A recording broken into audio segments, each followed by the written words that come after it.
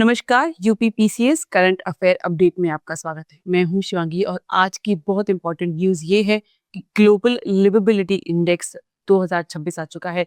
ये बताता है कि देश और दुनिया के कौन से वो शहर हैं जो रहने योग्य हैं या रहने योग्य नहीं है। क्या भारत का कोई शहर है जो टॉप 100 में आया है और रहने योग्य है? क्या है भारत की स्थिति? टॉप 5 में कौन है, आइए जानते हैं। तो ईयू यानी EIU ने रिलीज किया है, economist intelligence unit IU release करता है ग्लोबल लिवेबिलिटी इंडेक्स 2026, मतलब हर साल करता है और इस साल उसने किया है 2026। इसमें जो मूल्यांकन होता है वो ऑलमोस्ट 173 सिटीज का हुआ है, जिसमें 5 इंडिकेटर्स होते हैं और 30 पैरामीटर्स, यानी कि 5 वो इंडिकेटर्स हैं। अगर आप उन पे खरा उतर रहे हैं तो आपको उस हिसाब से मार्क्स दिए जाते हैं, और 30 ऑलमोस्ट पैरामीटर्स हैं, मतलब इनडायरेक्ट पैरामीटर्स हैं जो जज करते हैं कि आपको कितने मार्क्स मिलेंगे और आप कौन सी रैंक पे आएंगे। नंबर 1 पे है कोपेनहेगन। नंबर 1 पे है कोपेनहेगन। ये डेनमार्क में कोपेनहेगन, डेनमार्क का एक शहर जिसने नंबर 1 पे अपनी जगह बनाई है। पिछले वर्ष भी नंबर 1 पे कोपेनहेगन ही था। इस बार लगातार दूसरे वर्ष वो शीर्ष पर रहा है। इसका कुल स्कोर है 98.100। आप इसको याद कर सकते हैं कि ये MCQ में पूछा जा सकता है। अब वैसे भी इजी क्वेश्चंस नहीं आते हैं, डायरेक्टली आपसे नहीं पूछा जाएगा कि कौन है नंबर 1 पे। शायद आपसे वो मार्क्स पूछ सकते हैं, शायद ये पूछ सकते हैं कि किनको हराकर अब कोपेनहेगन पिछले 2 वर्ष से लगातार नंबर 1 पर आ रहा है। तो वो अब वियना को पीछे छोड़ चुका है और अब कोपेनहेगन है नंबर 1 पे पिछले 2 वर्षों से लगातार। शीर्ष 5 यानी कि टॉप ऑफ 5 की हम बात करते हैं। कोपेनहेगन नंबर 1 पे है, नंबर 2 पे है वियना जो कि ऑस्ट्रिया का शहर है, नंबर 3 पे है ज्यूरिख यानी स्विट्जरलैंड से, नंबर 4 पे है मेलबर्न ऑस्ट्रेलिया से, और नंबर 5 पे है जिनेवा अगेन स्विट्जरलैंड से।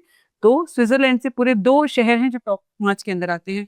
अब हम बात करते हैं लीस्ट लिवेबल शहर की।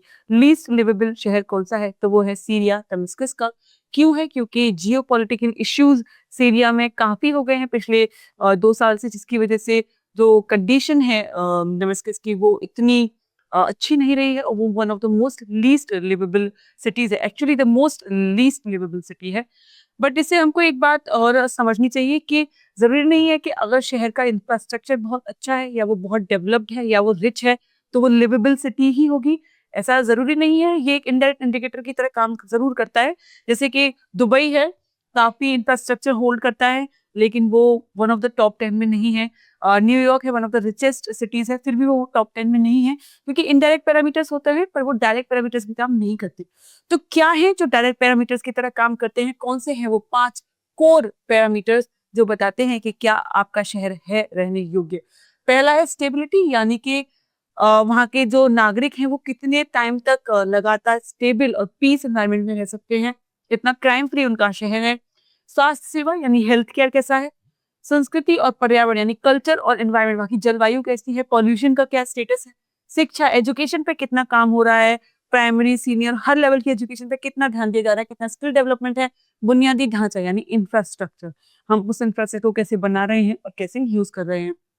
ऑलमोस्ट आपको जान के थोड़ी हैरानी हो सकती है कि 76.1 जो है वो एक एवरेज स्कोर है पूरे विश्व का। पूरे विश्व का ये एवरेज स्कोर है जो कि 100 में से दिया जाता है, 100 में से स्कोर दिया जाता है। अब किस में से कितना स्कोर दिया जाता है और कोपेनहेगन को कितना स्कोर मिला है? तो देखिए, संस्कृति और पर्यावरण यानी कल्चर एनवायरनमेंट में कोपेनहेगन को 95 मार्क्स मिले हैं 100 में से।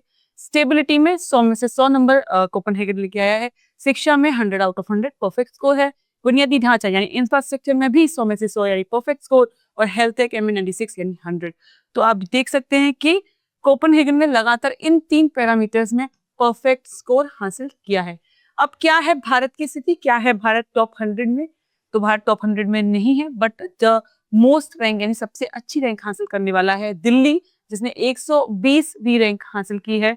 फिर आता है मुंबई जिसने 121वीं रैंक हासिल की है। फिर है चेन्नई 123वीं रैंक के साथ, और बेंगलुरु यानी 127वीं रैंक के साथ।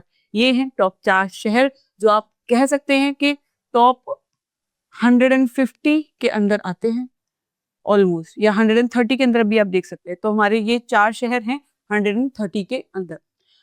अब मैं आपके लिए लेके आई हूँ ये इंडेक्सेस जो EIU रिलीज करता है अपार्ट फ्रॉम लिवेबिलिटी इंडेक्स, ये इंपॉर्टेंट है। इनडायरेक्ट क्वेश्चंस क्रिएट हो सकता है क्योंकि अभी ये इंडेक्स जारी हुई है। तो कौन से हैं इनकी बात हम कर चुके हैं, 2005 से ये लिवेबिलिटी इंडेक्स जारी होती है। इसके अलावा democracy index, world wide cost of living index, global food security index और बिजनेस इन्वायरमेंट रैंकिंग इंडेक्स जारी करता है EIU। इसको आप एक कोड वर्ड से याद रख सकते हैं, वो है LDCFB, यानी life, democracy, cost, food and business. इनसे आप इन मेन इंडेक्सेस को याद कर सकते हैं।